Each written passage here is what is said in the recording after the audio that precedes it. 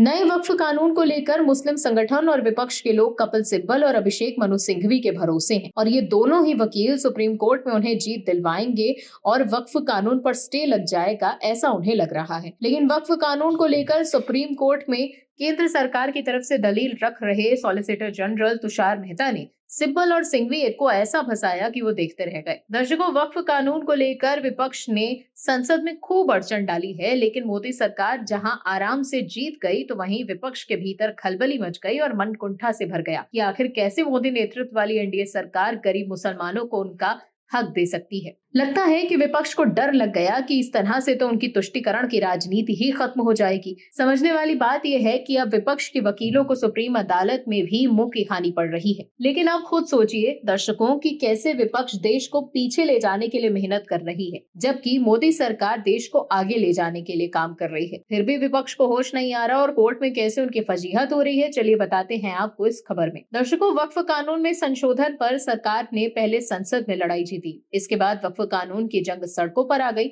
दिल्ली से लेकर बंगाल तक विरोध की आग भड़क गई। मुर्शिदाबाद में विरोध प्रदर्शन ने हिंसक रूप ले लिया।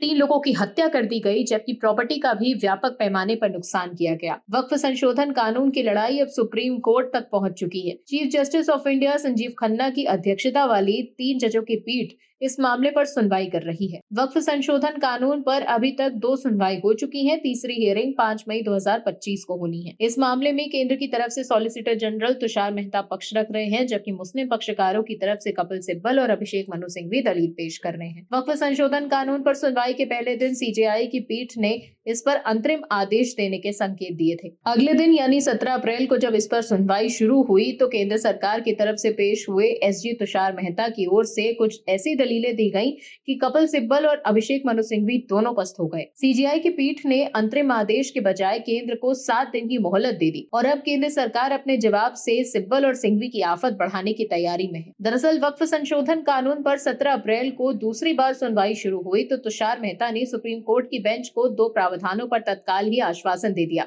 सरकार की तरफ से सॉलिसिटर जनरल ने कोर्ट से कहा कि अगली सुनवाई तक वक्फ बोर्ड में किसी भी गैर मुस्लिम की नियुक्ति नहीं की जाएगी और वक्फ बाय यूजर में कोई बदलाव नहीं किया जाएगा। इसके बाद सीजेआई जस्टिस संजीव खन्ना की पीठ ने केंद्र को 7 दिनों की अतिरिक्त मोहलत दे दी है, लेकिन मुस्लिम पक्षकार चाहते हैं कि वक्फ संशोधन कानून के अमल पर फौरन रोक लगा दी जाए। कपिल सिब्बल और अभिषेक मनु सिंघवी ये कोशिश कर रहे थे कि सुप्रीम कोर्ट नए वक्फ कानून पर तुरंत रोक लगा दे, लेकिन सीजेआई ने उनकी मांग नहीं मानी। सिब्बल और सिंघवी की तमाम दलीलें धरी की धरी रह गईं। अब सुप्रीम कोर्ट ने केंद्र को अपना पक्ष रखने के लिए 7 दिन की मोहलत दी है। इस बार तुषार मेहता की चतुराई से वक्फ संशोधन कानून पर सुप्रीम कोर्ट की ओर से कोई अंतरिम आदेश नहीं आया और सीजेआई की अध्यक्षता वाली बेंच ने एसजी मेहता की बातों से ऑन रिकॉर्ड रखते हुए मामले की सुनवाई के लिए 5 मई की तिथि तय कर दी। वहीं अब जिस तरह से पहले दाऊदी बोहरा समाज और अब पसमानदा मुस्लिम समाज ने भी वक्फ संशोधन बिल का समर्थन कर दिया है, उससे अब सिब्बल और सिंघवी के लिए ये कहना मुश्किल हो जाएगा कि मुस्लिम समाज के ज्यादातर लोग इस कानून के खिलाफ हैं। सुप्रीम कोर्ट में जब अगली सुनवाई होगी तब केंद्र सरकार ये कहेगी कि सिब्बल और सिंघवी जो दलील दे रहे थे ये कानून